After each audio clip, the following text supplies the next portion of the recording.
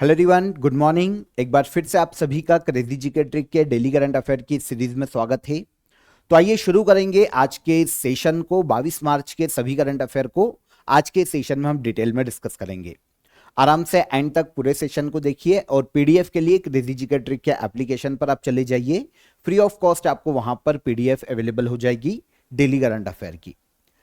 चलिए 22 मार्च के current affair में सबसे पहला इंपॉर्टेंट करंट अफेयर आज का हमारा, हाल ही में इंटरनेशनल ओलंपिक कमेटी की पहली महिला और अफ्रीकी अध्यक्ष किसे नियुक्त किया गया।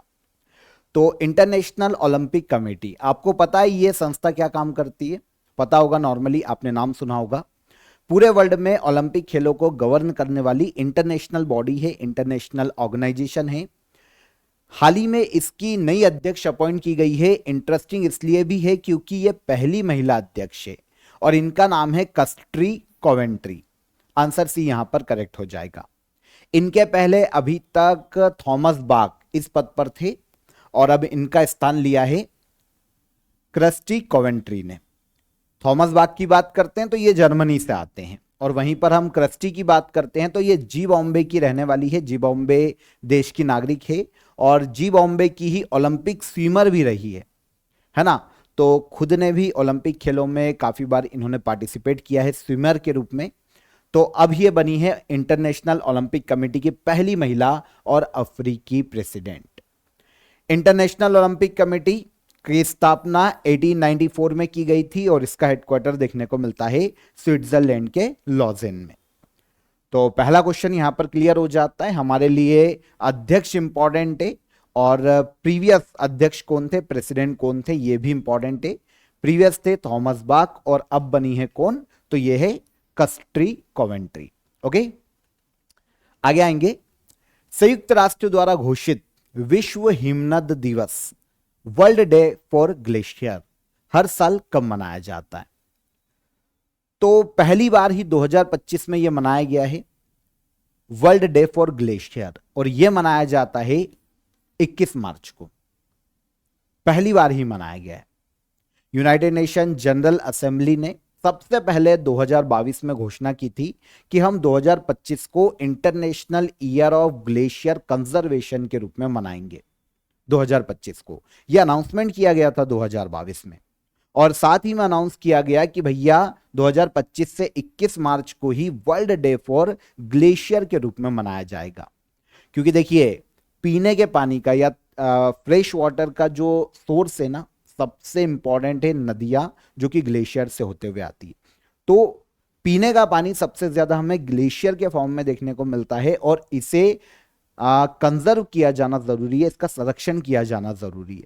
तो पूरे वर्ल्ड को ग्लेशियर के कंजर्वेशन के प्रति अवेयर करना, देशों को इसके प्रति पॉलिसीज बनाई जाए कि भैया ग्रीन हाउस गैसेस का उत्सर्जन, CO2 का उत्सर्जन कम से कम किया जाए, है ना, ग्लोबल वार्मिंग को रोका जाए ताकि ग्लेशियर को पिघलने से रोका जा सके। तो सारे देशों को इसके लिए अवेयर करने के लिए एक डेट निर्धारित की गई 21 मार्च और 2025 में अभी पहली बार ही वर्ल्ड डे फॉर ग्लेशियर मनाया गया 21 मार्च को। और अगर क्वेश्चन ऐसा आता कि international year of glacier conservation किस ईयर को घोषित किया गया यूनाइटेड नेशन जनरल असेंबली के द्वारा, तो यह घोषित किया गया 2025 को। अब 2025 में थीम की बात करते हैं तो ग्लेशियर प्रिजर्वेशन थीम है वर्ल्ड ग्लेशियर डे की। उद्देश्य भी आपको पता चल गया। अभी जो 2025 में एक अंतर्राष्ट्रीय हिमनद वर्ष के रूप में मनाया जा रहा है, उसी उपलक्ष्य में तजाकिस्तान गवर्नमेंट 29 मई से लेकर 1 जून 2025 तक अपने यहां पर दुशांबे में इंटरनेशनल ग्लेशियर कंजर्वेशन कॉन्फ्रेंस का आयोजन कर रही है। यूनाइटेड नेशन का ये जो international year of glacier conservation है ना, इसी के तहत यह कॉन्फ्रेंस आयोजित की जाएगी। कहां पर, तजाकिस्तान के दुशांबे में। मई के एंड में शुरू होगी और 1 जून तक इसका आयोजन किया जाएगा। तो यहां पर यह चीज क्लियर हो गई। अब देखिए अदर डे की बात करें जो कि मार्च मंथ में मनाए गए हैं, तो वर्ल्ड डाउन सिंड्रोम डे ये भी 21 मार्च को मनाया जाता है। इंटरनेशनल डे ऑफ फॉरेस्ट ये भी 21 मार्च को मनाया जाता है, हमने इसकी बात भी की थी। वर्ल्ड स्पेरो डे 20 मार्च को और इंटरनेशनल डे ऑफ हैप्पीनेस, अंतरराष्ट्रीय प्रसन्नता दिवस मनाया जाता है 20 मार्च को। ये अदर डे हैं जो कि मार्च में कुछ सेशंस पहले मैंने आपको पढ़ाए हैं, तो इनको भी याद रखिएगा। आपको ऑफर ऑफ द डे के बारे में बता देता हूं। तो आप सभी के लिए देखिए जीएस जीके का ऑल सब्जेक्ट ई बुक कलेक्शन अवेलेबल है। हिंदी और इंग्लिश दोनों ही लैंग्वेज में आपको ये अलग अलग मिल जाएगा। दोनों की लिंक मैंने आपको डिस्क्रिप्शन में दे दी है, जहां पर आपको world history, Indian history, geography, art and culture, polity, science, economics, इन सभी की ई बुक आपको कलेक्शन के रूप में यहां पर देखने को मिल जाएगी। तो हिंदी और इंग्लिश अलग अलग लिंक मैंने आपको डिस्क्रिप्शन में दे दी है, वहां पर जाकर आप इसे अवेल कर सकते हैं काफी नॉमिनल चार्जेस में। और इसके अलावा कोई भी आपको हर्डल है तो हेल्पलाइन नंबर पर कॉल कर लीजिए। आप एप्लीकेशन को चेकआउट कीजिएगा, वहीं पर आप बुक भी ऑर्डर कर सकते हैं। जो हमारी प्रिंटेड बुक है करंट अफेयर की ईयरली शंखनाद, आप उसको भी ऑर्डर कर सकते हैं। ओके, वो आपके घर पर पहुंचा दी जाएगी। वहां पर जो देखिए जो डिलीवरी है उसके चार्जेस अलग अलग आपको लग सकते हैं, क्योंकि आपके घर की पहुंच कितनी सुलभ है उस आधार पर डिलीवरी चार्जेस अलग अलग रह सकते हैं। तो चलिए आप इसको डिस्क्रिप्शन में लिंक पर क्लिक करके अवेल कर सकते हैं। आगे बढ़ेंगे। यहां पर नामीबिया की पहली महिला राष्ट्रपति के रूप में किसे चुना गया? अफ्रीकी देश है नामीबिया, दक्षिण पश्चिम क्षेत्र में देखने को मिलता है अफ्रीका में। हाल ही में इसकी पहली महिला प्रेसिडेंट के रूप में शपथ ली है नतुम्बो नंदी नदेतवा या नटुम्बो नंदी नदेतवा। यह नामीबिया की पहली महिला प्रेसिडेंट के रूप में अपॉइंट की गई। वैसे इस पद के लिए इलेक्शन है ना दिसंबर 2024 में हो चुके थे, लेकिन अब 21 मार्च को इन्होंने प्रेसिडेंट का पद संभाला है और नामीबिया की ये 5वीं प्रेसिडेंट बनी। और महिलाओं में ये नामीबिया की पहली महिला प्रेसिडेंट है। इनके पहले अभी तक नामीबिया के प्रेसिडेंट के रूप में नंगोलो मबुम्बा कार्यरत थे। इनको रिप्लेस किया है नटुम्बो नंदी नदेतवा ने। ठीक है, तो नामीबिया की पहली महिला प्रेसिडेंट। अगर देखिए नामीबिया की यहां पर लोकेशन देखें तो यह अफ्रीकी देश है, दक्षिणी क्षेत्र, और यहां पर आपको पश्चिम में देखने को मिलेगा नामीबिया। इसकी नेबर कंट्री में आपको अंगोला देखने को मिल जाएगा। जिम्बाब्वे से ये अपनी बाउंड्री शेयर करता है। इधर आते हैं तो बोत्सवाना से लग जाता है, कुछ हिस्सा इसका जिम्बाब्वे से टच होता है, और दक्षिण में आते हैं तो साउथ अफ्रीका से ये अपनी बाउंड्री बनाता है। यहां पर जिम्बाब्वे की बाउंड्री क्लियर नहीं मिलती है, इनडायरेक्ट टच होती है, तो बोत्सवाना, और इधर आते हैं तो साउथ अफ्रीका, जाम्बिया और अंगोला, ये टच होते हैं किससे? नामीबिया से। इसकी कैपिटल की बात करें तो विंडहॉक नामीबिया की कैपिटल है, और करेंसी यहां पर नामीबियाई डॉलर चलती। भारत का पहला फ्रोजन जू हाल ही में कहां स्थापित किया गया है? भारत का पहला फ्रोजन जू है क्या, इसको समझिए। ऐसी स्पीशीज जीवों की जो कि इंडेंजर्ड कैटेगरी में संकटग्रस्त है ना, जो लगभग विलुप्त हो चुकी है, ऐसी जो प्रजातियां है ना, उनके जेनेटिक को यहां पर संरक्षित किया जाएगा। यहां पर बर्फ में या फिर बहुत ही कम तापमान में इनको प्रिजर्व किया जाएगा, ताकि इन फ्यूचर अगर जब हम थोड़े साइंटिफिकली आगे बढ़ेंगे, ह्यूमैनिटी जब आगे बढ़ेगी, तो वापस इन जीवों की उत्पत्ति की जा सके। तो उनके डीएनए को, उनके स्पर्म को, एग को, इन सभी चीजों को संरक्षित किया जाने वाला है फ्रोजन जू में। और भारत का पहला है, और इसे खोला गया है, स्थापित किया गया है पश्चिम बंगाल राज्य में। पश्चिम बंगाल राज्य में हमको एक Padmaja Naidu Himalayan zoological park देखने को मिलता है दार्जिलिंग में, पश्चिम बंगाल के दार्जिलिंग में। यहीं पर इंडेंजर्ड हिमालयन स्पीशीज के को फ्यूचर के लिए कंजर्व किया जा रहा है। उनके एग को, जेनेटिक मटेरियल को यहां पर सेव किया जाएगा। -196 डिग्री सेल्सियस तक लिक्विड नाइट्रोजन में इनको स्टोर किया जाएगा, ताकि फ्यूचर में इन डीएनएस का यूज करके वापस स्पीशीज को जन्म दिया जा सके या फिर कोई अदर खोज की जा सके। स्पीशीज में लाल panda, red panda, snow leopard, goral, Mishmi takin, ये सब हिमालयन क्षेत्र की जो प्रजाति है जीवों की, उनके डीएनए को यहां पर संरक्षित किया जा रहा है। तो ये भारत का पहला फ्रोजन जू है। कहां पर? पश्चिम बंगाल के Darjeeling. 57th senior national kho kho championship का आयोजन 2025 में कहां किया जाएगा? इस बार senior national kho kho championship का कौन सा एडिशन है, पहले तो यह समझिए। 57th एडिशन और आयोजन किया जाएगा ओडिशा के पुरी में, पुरी ओडिशा।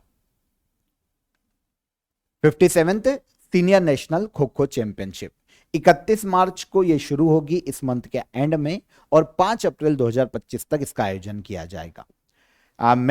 मेंस कैटेगरी और विमेंस कैटेगरी दोनों ही इवेंट आयोजित किए जाएंगे, और टोटल मिलाकर 74 टीमें यहां पर पार्टिसिपेट करने वाली है, जो कि 30 अलग अलग स्टेट से भी होगी, और साथ ही साथ कुछ अलग अलग ऑर्गेनाइजेशन प्रमुख संस्थाओं की टीमें होगी, जैसे एयरपोर्ट अथॉरिटी की होती है, रेलवे की होती है, हमारी आर्मी की टीम होती है। तो इस तरीके से 74 टीमें यहां पर होगी, पार्टिसिपेट करेगी दोनों इवेंट या कैटेगरी में, और kho kho federation of India इसका आयोजन करवाएगा ओडिशा के पुरी में 57th senior national kho kho championship. हर साल आयोजित की जाती है kho kho federation of India के द्वारा। लास्ट ईयर 56th एडिशन आयोजित किया गया था नई दिल्ली में, और यहां पर जो महिला कैटेगरी है ना, उसके फाइनल में ओडिशा को फाइनल में हराया था महाराष्ट्र ने, और महाराष्ट्र की टीम दोनों कैटेगरी में जीती थी। महिला कैटेगरी में ओडिशा को हराया था, और पुरुष कैटेगरी में रेलवे को हराकर दोनों महिला और पुरुष कैटेगरी दोनों ही टीमें महाराष्ट्र की, जिन्होंने 56th senior national kho kho championship का खिताब जीता नई दिल्ली में। और अब 57th एडिशन इसका आयोजन किया जाएगा। जो संस्था आयोजित करवा रही है, इंडिया में खो खो खेलों को आयोजित करवाने वाली, गवर्न करने वाली बॉडी है, 1955 में स्थापना की गई थी, और इसके वर्तमान में प्रेसिडेंट के रूप में देखने को मिलते हैं सुधांशु मित्तल। 1975 में भारत की पहली हॉकी विश्व कप जीत की स्वर्ण जयंती के उपलक्ष्य में एक बुक लिखी गई है, मार्च ऑफ ग्लोरी। इस बुक को किसने लिखा है? तो अभी तक देखिए, जो हॉकी वर्ल्ड कप हुए ना, 1971 में शुरू किए गए थे हॉकी वर्ल्ड कप। हम केवल एक ही बार हॉकी वर्ल्ड कप जीते 1975 में, केवल एक बार। अब 2025 में, क्योंकि हमने 1975 में जीता, तो 2025 में इसके 50 साल पूरे हो रहे हैं। गोल्डन जुबली है जो हमारा हॉकी वर्ल्ड कप था उसकी, जो हमने जीता था। इस उपलक्ष्य में एक बुक लिखी गई है मार्च ऑफ ग्लोरी नाम की, जो कि 1975 की जो हमारी हॉकी वर्ल्ड कप की जीत है ना, क्या स्ट्रेटेजी रही, कैसे हमने जीता, हमारे खिलाड़ियों ने क्या रणनीति अपनाई, स्ट्रेटेजी क्या थी हमारी, है ना, इन सभी के आधार पर इस बुक को लिखा गया।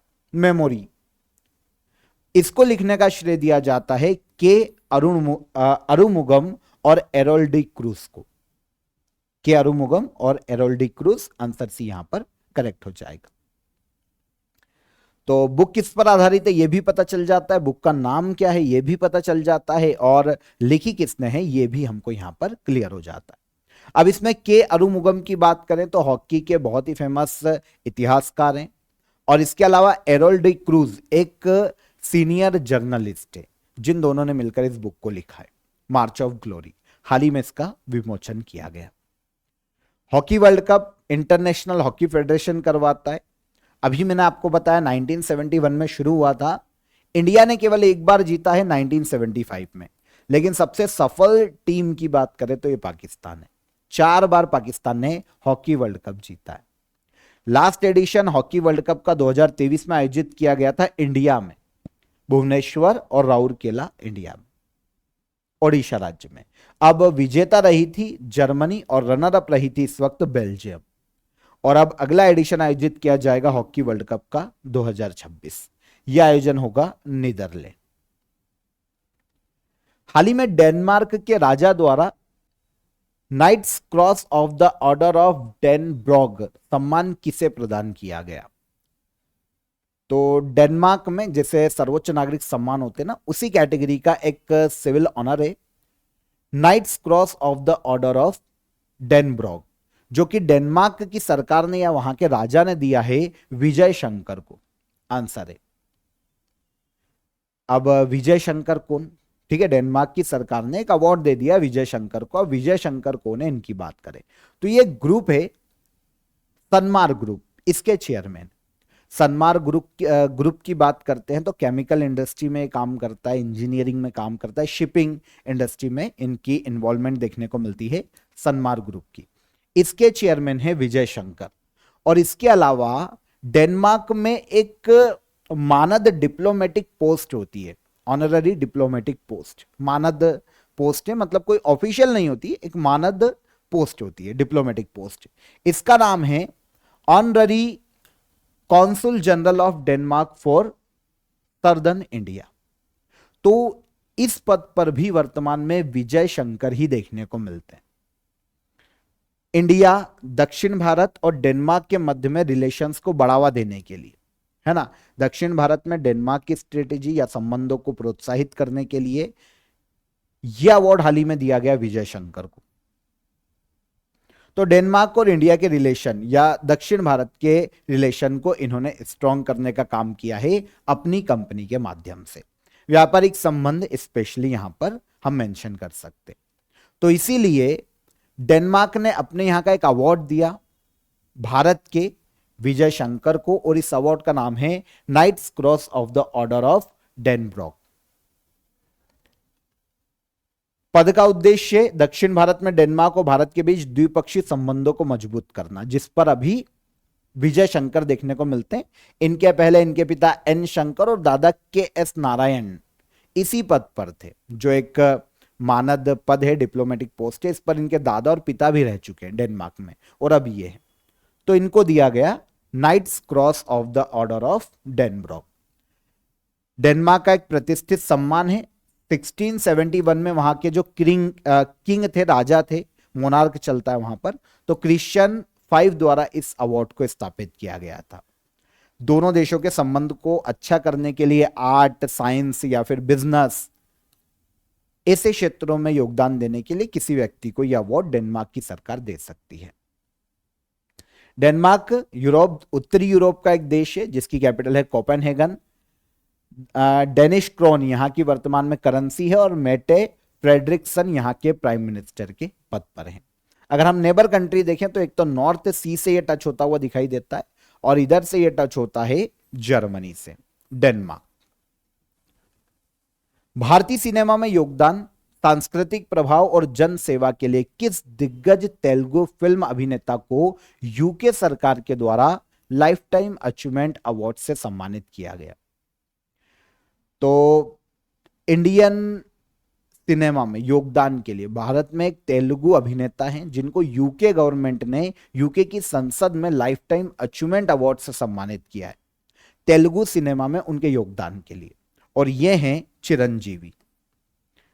चिरंजीवी आप जानते होंगे, आपने देखा होगा, रामचरण उनके पिता हैं, जो भी फिल्म एक्टर हैं उनके, ये आप यहां पर फोटो देख लीजिए, ये है चिरंजीवी, है ना, देख के समझ में आ जाएगा आपको।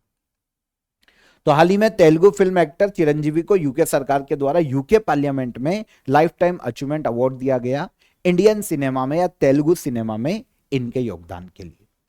भारत में आंध्र प्रदेश से आते हैं कोनिडेला चिरंजीवी, इनका पूरा नाम है, चिरंजीवी के नाम से पूरा विश्व जानता है इनको। तेलुगु एक्टर है। 2006 में भारत सरकार ने इनको पद्म भूषण दिया था, और 2024 में पद्म विभूषण से सम्मानित किया था चिरंजीवी को। हाल ही में जारी स्टेट ऑफ क्लाइमेट 2024 रिपोर्ट किस संस्था के द्वारा प्रकाशित की गई? देखिए, रिपोर्ट का इंटरनल डेटा नहीं पूछा जाएगा, लेकिन आपको पता होना चाहिए कि स्टेट ऑफ क्लाइमेट विश्व के जलवायु और पर्यावरण से संबंधित यह रिपोर्ट है। 2024 की रिपोर्ट हाल ही में जारी की है, और इसे जारी करने का श्रेय दिया जाता है वर्ल्ड मेट्रोलॉजिकल ऑर्गेनाइजेशन को। विश्व मौसम संगठन इस रिपोर्ट को जारी करता है। पूरे वर्ल्ड की जलवायु एनवायरमेंट को लेकर कुछ डेटा शेयर किया गया है यहां पर। अगर हम इन शॉर्ट देखें कि भाई रिपोर्ट में की पॉइंट्स क्या है, तो पहले तो ये कि रिपोर्ट किसने जारी की है, तो रिपोर्ट जारी की है वर्ल्ड मेट्रोलॉजिकल ऑर्गेनाइजेशन।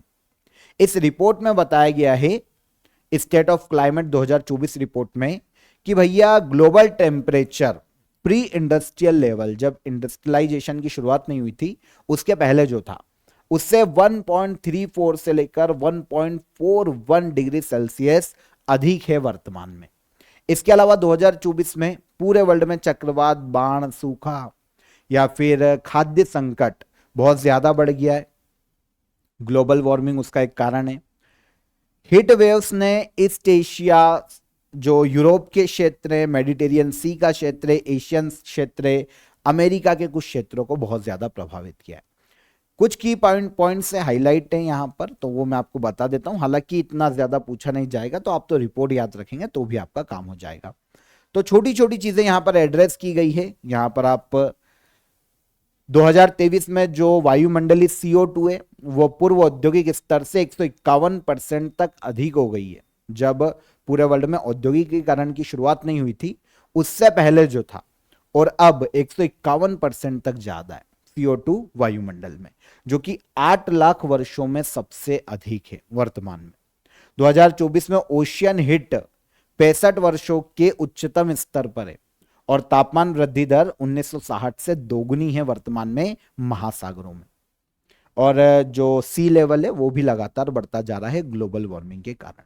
तो ये बताया गया है स्टेट ऑफ क्लाइमेट रिपोर्ट में, हर साल जारी की जाती है विश्व मौसम संगठन के द्वारा। जलवायु परिवर्तन के क्या इफेक्ट हैं पूरे वर्ल्ड पर, इस पर निगरानी रखने का उद्देश्य इस रिपोर्ट का। अब संस्था की बात करते हैं, वर्ल्ड मेट्रोलॉजिकल ऑर्गेनाइजेशन, कि ये क्या करता है। पूरे वर्ल्ड में global weather, climate, fresh water या वाटर रिसोर्सेस, इन्वायरमेंट, इनसे संबंधित सारे मामलों में इंटरनेशनल पीस, रिलेशन, ट्रस्ट और सहयोग को बढ़ाने के लिए काम करती है वर्ल्ड मेट्रोलॉजिकल ऑर्गेनाइजेशन, जिसने रिपोर्ट जारी की। स्थापना की गई है इसकी 23 मार्च 1950 में। हेडक्वार्टर देखने को मिलता है स्विट्जरलैंड के जेनेवा में, और अब्दुल्ला अल मेंडोज जो कि यूएई के हैं, वर्तमान में वर्ल्ड मेट्रोलॉजिकल ऑर्गेनाइजेशन के अध्यक्ष या प्रेसिडेंट के पद पर हैं। लास्ट क्वेश्चन, 21 मार्च 2025 को न्यायमूर्ति हरीश टंडन को किस राज्य के हाईकोर्ट का मुख्य न्यायाधीश नियुक्त किया गया। तो हरीश टंडन की अगर हम बात करते हैं तो हाल ही में ओडिशा हाईकोर्ट के चीफ जस्टिस के रूप में ये अपॉइंट किए गए। आंसर ले ले हम, कहां गया, ओडिशा, आंसर बी। ठीक है, तो हरीश टंडन ओडिशा हाईकोर्ट के नए चीफ जस्टिस के रूप में अपॉइंट किए गए। अभी तक ये कोलकाता हाईकोर्ट में जज थे, जिनका ट्रांसफर किया गया ओडिशा हाईकोर्ट के मुख्य न्यायाधीश के रूप में। कोलकाता हाईकोर्ट को इन्होंने 2010 में ज्वाइन किया था जज के रूप में, और अब ओडिशा हाईकोर्ट के चीफ जस्टिस अपॉइंट किए गए। हाल ही में जो अदर अपॉइंटमेंट हुए हैं, अदर नियुक्तियां हुई हैं, उनमें तुहिन कांत पांडे सबसे इंपॉर्टेंट है। सेबी के 11वें चेयरमैन बने हैं ये माधवीपुरी बुच के बाद, तुहिन कांत पांडे। एक सीनियर एडवोकेट है मनन कुमार मिश्रा, ये 7वीं बार बार काउंसिल ऑफ इंडिया के चेयरमैन बने हैं। और अंजू राठी राणा की बात करें तो भारत की पहली महिला लॉ सेक्रेटरी के रूप में इन्होंने हाल ही में ज्वाइन किया है। तो ये अदर अपॉइंटमेंट है जिनको आपको याद रखना चाहिए, पॉज करके एक बार पढ़ लो, काम आएगा। सेबी सबसे ज्यादा इंपॉर्टेंट है तो इसको तो देख ही लेना। यहां हो गए हमारे 22 मार्च के सभी करंट अफेयर, इजीली हमने सभी को डिस्कस किया। अब आ जाइए लास्ट डे के करंट अफेयर का, यहां पर हम रिवीजन कर लेते हैं। हमने डिटेल में कल डिस्कस कर लिया था, अब हम यहां पर थोड़ा सा रिवीजन कर लेते हैं। चलिए, वर्ल्ड हैप्पीनेस रिपोर्ट 2025 में भारत की रैंक क्या है, हैप्पीनेस कर लेना इसको। वर्ल्ड हैप्पीनेस रिपोर्ट में भारत की रैंक है 118 2025 में। Ramnath Goenka award for excellence in journalism 2025 में डंकी रूट रिपोर्टिंग के लिए किसे सम्मानित किया गया। तो किसे सम्मानित किया गया था, कौन थी, यह है मृदुलिका झा, आंसर बी। मैंने आपको ब्रॉडकास्टिंग कैटेगरी और इसके अलावा जो अदर कैटेगरी है उसके बारे में मैंने आपको बताया था, प्रिंट कैटेगरी, ब्रॉडकास्टिंग कैटेगरी। तो यहां पर डंकी रूट की स्पेशली बात की जाती है, तो मृदुलिका झा को यह अवार्ड दिया गया था। खेलो इंडिया पैरा गेम्स 2025 का मैस्कॉट क्या है। खेलो इंडिया पैरा गेम्स 2025 का मैस्कॉट है उज्ज्वला। स्पैरो जो एक पक्षी है उसका एक प्रतीक चिन्ह है। आंध्र प्रदेश के सीएम कौन, चंद्रबाबू नायडू। इन्होंने अमरावती में किस स्वतंत्रता सेनानी की 58 फीट ऊंची प्रतिमा स्थापित करने की घोषणा की। तो ये फ्रीडम फाइटर हैं पोट्टी श्री रामल्लू राजू, फादर ऑफ आंध्र प्रदेश, क्योंकि आंध्र प्रदेश के गठन में इन्होंने अपने प्राणों का बलिदान दिया था। बियॉन्ड स्क्रीन इनिशिएटिव जो डिजिटल निर्भरता को कम करने के उद्देश्य से शुरू किया गया, किस राज्य सरकार के द्वारा लॉन्च किया गया? तो बियॉन्ड स्क्रीन इनिशिएटिव को लॉन्च करने का श्रेय दिया जाता है कर्नाटका सरकार को। सॉरी, हाँ सही है, कर्नाटका सरकार को। The future of free speech think tank द्वारा जारी report who in the world support free speech में भारत की 33 देशों में रैंक क्या है? तो ये रैंक है 24। भारत का पहला ग्रीन वेस्ट प्रोसेसिंग प्लांट जो सार्वजनिक निजी भागीदारी मॉडल के तहत स्थापित किया जा रहा है, किस शहर में बनाया जा रहा है? तो यह बनाया जा रहा है इंदौर। संसद भाषिणी इनिशिएटिव जो एआई आर्टिफिशियल इंटेलिजेंस आधारित इन हाउस समाधान विकसित करने के लिए शुरू की गई है, किसके सहयोग से संचालित की गई है? तो यह है लोकसभा सचिवालय, और मिनिस्ट्री इन्वॉल्व है ministry of electronics and information technology. United nation general assembly के द्वारा घोषित अंतर्राष्ट्रीय वन दिवस कब मनाया जाता है? तो यूनाइटेड नेशन जनरल असेंबली के द्वारा घोषित अंतर्राष्ट्रीय वन दिवस या इंटरनेशनल डे ऑफ फॉरेस्ट मनाया जाता है हर साल कब? 21 मार्च को। अभी हमने बात की थी। दुनिया का पहला पिंक बॉलवर्म प्रतिरोधी जेनेटिकल मॉडिफाइड कपास किस संस्थान के द्वारा विकसित किया गया? तो इसको विकसित करने का श्रेय दिया जाता है CSIR national botanical research institute के द्वारा, जो कि CSIR के अंतर्गत कार्य करता है। तो यहां पर ये सारे क्वेश्चन कल के सेशन के हमारे यहां पर रिवाइज हो गए। अब चलें क्वेश्चन ऑफ द डे का आंसर लेते हैं। भारत में पहली ट्रेन कब चली थी? तो इंडिया में सबसे पहली ट्रेन चली थी 1853 में मुंबई से ठाणे। अंग्रेजों के शासनकाल में 34 किलोमीटर का ऑलमोस्ट इसका रूट था। भारत का सबसे बड़ा सार्वजनिक क्षेत्र का बैंक कौन सा है ना, पब्लिक सेक्टर बैंक? तो यह है SBI, state bank of India. और फ्रंटियर गांधी के नाम से किसे पुकारा जाता है? तो खान अब्दुल गफ्फार खान, जो 1930 में आंदोलन हुआ था, सविना अवज्ञा आंदोलन, उसमें इन्होंने भाग लिया था। खान अब्दुल गफ्फार खान फ्रंटियर गांधी के रूप में ये जाने जाते हैं। तो ये तीनों क्वेश्चन के हमारे आंसर हो गए। अब आज की question of the day, blood group की खोज किसने की थी? सेकेंड, यूनिवर्सल ब्लड डोनर कौन सा ग्रुप होता है ना? और मानव शरीर की सबसे बड़ी ग्रंथि कौन सी है? Largest gland of human body कौन सी है इन द ह्यूमन बॉडी? तो ये 3 क्वेश्चन है, इसके आंसर कीजिएगा कमेंट बॉक्स में। सेशन कैसा लगा ये भी बताइए। पसंद आया हो तो लाइक और शेयर कर दीजिएगा। चैनल पर पहली बार आए हैं तो चैनल को सब्सक्राइब कर लीजिए, और इसके अलावा एप्लीकेशन पर विजिट जरूर कीजिएगा। डिस्क्रिप्शन में मैंने आपको लिंक दे दी है ई बुक कलेक्शन की, और इसके अलावा चेकआउट कीजिए एप्लीकेशन को। काफ़ी सारे PDF और डेली करंट अफेयर की PDF और अदर स्टडी मटेरियल भी आपके लिए फ्री ऑफ कॉस्ट एप्लीकेशन पर ही आपको मिल जाता है। तो आप चेकआउट कीजिए, एप्लीकेशन की लिंक भी मैंने आपको डिस्क्रिप्शन में दे दी है। कल फिर मुलाकात करेंगे नेक्स्ट डे के करंट अफेयर में। तब तक अपना ख्याल रखिए। जय हिंद, जय भारत।